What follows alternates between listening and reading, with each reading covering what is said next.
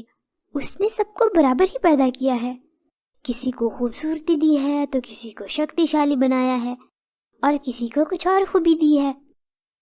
شکر ہے آپ کو یہ بات سمجھ آ گئی ہے۔ شتر مرغ کو یہ بات اچھے سے سمجھ آ گئی تھی، اسی لیے وہ اب اپنے جسم اور شکل کے ساتھ بہت زیادہ خوش تھا۔ ہمیں اس سٹوری سے سیکھ ملتی ہے کہ ہماری جیسی بھی شکل یا جسم ہو، ہمیں اس کو قبول کر کے اسی میں خوش رہنا چاہیے، اور کسی ایسے کا مذاق بھی نہیں اڑانا چاہیے جس میں کوئی کمی موجود ہو۔